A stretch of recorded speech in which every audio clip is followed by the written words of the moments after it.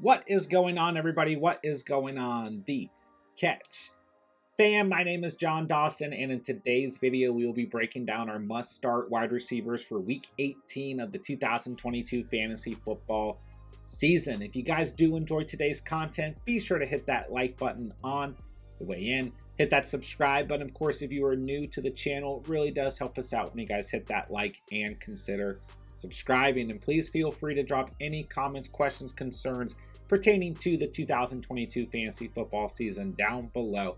I'll get back to you as soon as I possibly can. If you guys play through Week 18, I'm here for you. Let me know what you guys need. I'll be happy to help you out. Keep in mind, going through today's video, we are not, for the most part, going over obvious must-start players like Tyreek Hill. We are mainly looking at lower tier wide receivers who I think need to be in your starting lineups, maybe over players that you might be considering. Without further ado, let's hop into today's video. Okay, I know I just said I wasn't talking about players who are obvious must-starts, but I really just want to give you guys some confidence if you are a Justin Jefferson owner and you play through Week 18. Obviously, going into Week 17 of the season, Justin Jefferson is your wide receiver 1 in fantasy football. He comes out with just 2.5 fantasy points against the Green Bay Packers, 5 targets, 1 reception for 15 receiving yards. Kirk Cousins had 3 interceptions. He had 2 fumbles. It was an awful game overall, but I just want to give you guys confidence against the Chicago Bears in Week 18. I think that Justin Jefferson is absolutely going to show up. I don't think there's any way he ends this wildly good season he's had on a low note like what we saw in Week 17. At the end of the day, this is an important game for the Vikings. The number 1 seed for the NFC is actually still in reach, if I'm not mistaken, for the Vikings. And I just think going up against a divisional rival like the Chicago Bears, that Justin Jefferson is going to be just fine. I know a majority of you guys who do play through Week 18 who are watching this, who own Justin Jefferson, weren't going to think twice about it, but I just want to give you guys a boost of confidence moving into the week. All right, next up on the list, we've got another receiver who really disappointed in Week 17. That's DK Metcalf. He was a player I was worried about last week going up against the Jets, facing Sauce Gardner, rookie cornerback who's been phenomenal this season. Metcalf had 5 targets, just 1 reception, similar to JJ, but for just 3 receiving yards, 1.3 fantasy points. Going into Week 18, this is a must-win game for the Seattle Seahawks. They're going to put everything out there. They're going to put everything on the line. And the last time Metcalf played the Rams, he had 26.7 fantasy points. That was a season high for Metcalf. So Metcalf's been phenomenal. When we look at the season, a little bit of a tough start to the year, but ultimately he's only had 5 games where he gave you single-digit fantasy performances. Outside of that, he's hit double digits in every single game. I think that he's a really strong start going into the week. Tyler Lockett had a poor week last week as well. He's still dealing with an injury. So at the end of the day, I like Metcalf. He's been a player that I really rooted for going into the season. I really encourage you guys to target him in your drafts. He's had a good year. And I think going into Week 18 in a must-win game for the Seahawks, literally the most important game of the entire season for the Seahawks against a divisional rival that's going to do whatever they can to keep this game competitive, Metcalf will come out on top and have a solid performance. He should be in your lineups moving into Week 18. All right, another week, another must-start wide receiver video, another week where we're talking about DeVonta Smith. Last week with Smith, I kept it pretty short. I just told you guys, no matter what, for the rest of the season, I don't care who the opponent is. I don't care who the quarterback is. I don't care what the game script is. DeVonta Smith is in our starting lineups. Luckily for fantasy owners, the Eagles lost again in Week 17, which means they're going to lay it all out on the table in Week 18. The Giants head coach has already come out and said they are not resting any starters. On the other hand, the Eagles, if they win this game, gain control of the number 1 seed for the NFC and a bye week through the first round of the NFL playoffs.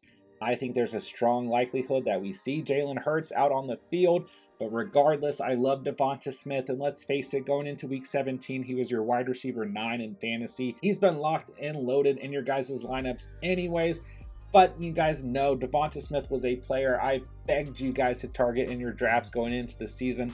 So I just got to keep talking about him. I love what we've seen out of Smith on the season. He is in your starting lineups if you play through week 18, no doubt about it. All right, next up we've got Zay Jones going up against the Tennessee Titans in a must-win game for the Jaguars and a must-win game for the Titans. Whoever wins this game is going to the playoffs. Whoever wins this game is the winner of the AFC South division. Zay Jones has been an awful disappointment in the last 2 weeks. 5.4 fantasy points in week 17, 2.1 in week 16. 34.9 in week 15, 21.7 in week 14, 27.5 in week 12. Let's not forget about those couple of games, and he had some other decent games throughout the year. But week 14 against the Tennessee Titans, he had 21.7 fantasy points. Guys, this Titans secondary is awful. I think that Zay Jones is going to bounce back this week in high fashion. He's a great flex play. If you're not confident in your wide receiver 2, I think you can consider Zay Jones. I think that Christian Kirk will bounce back pretty nicely in this game as well. But Zay Jones is the receiver who brings the upside. I think he's a very strong play. Love him in the flex. Been really bad the last 2 weeks. But when we look at this matchup, when we look at this game script, this is exactly what we want for a player like Zay Jones. He is a must start for me moving into week 18. All right, last but not least, I'm going to talk about Donovan Peoples-Jones, a receiver I've loved all year in full PPR formats, a receiver I begged you guys to pick up on the waiver wire week after week. Been pretty disappointing the last 2 weeks. 8.3 points in week 17, 1.2 in week 16. But his 3 previous games before that, he gave you 13 or more fantasy points. I just think he's a really solid flex play against the Steelers this week. This has really been one of Deshaun Watson's favorite targets since he's taken over at the quarterback position. I know Cooper had a huge week last week, but he still only had 4 targets in that game. A little bit of a lower passing game overall, but DPJ still scored a touchdown last week. And that's obviously where he got his fantasy points from last week, because he had just 1 catch, 13 receiving yards, and 1 touchdown. Now, you might be looking at this game against the Steelers and saying, well, the Browns don't have anything to play for, but I would kind of argue differently. I think that the Browns are really trying to figure out who they are as a team, what they're going to look like under Deshaun Watson. We saw Watson actually play pretty well last week and actually look like reminiscent of the quarterback that we were used to, with 3 passing touchdowns, 31 yards on the ground. Not really high in terms of passing yards at 169, but overall, he looked better than he had in the past couple of weeks. And I think that when we look at this game script, right, if the Steelers win this game, they have a chance to make the playoffs. Well, the Browns, being a divisional rival, are going to do whatever they can to take this team's playoff dreams away. Myles Garrett has already come out and said that this defense is going to do whatever they can to stop the Steelers' young offensive attack. And I think that on the flip side of things, this Browns offense is going to come out, do whatever they can to gain a little bit of momentum as an offense going into next season, and do whatever they can to keep the Steelers out of the playoffs. On top of that, the Steelers secondary has been awful this year.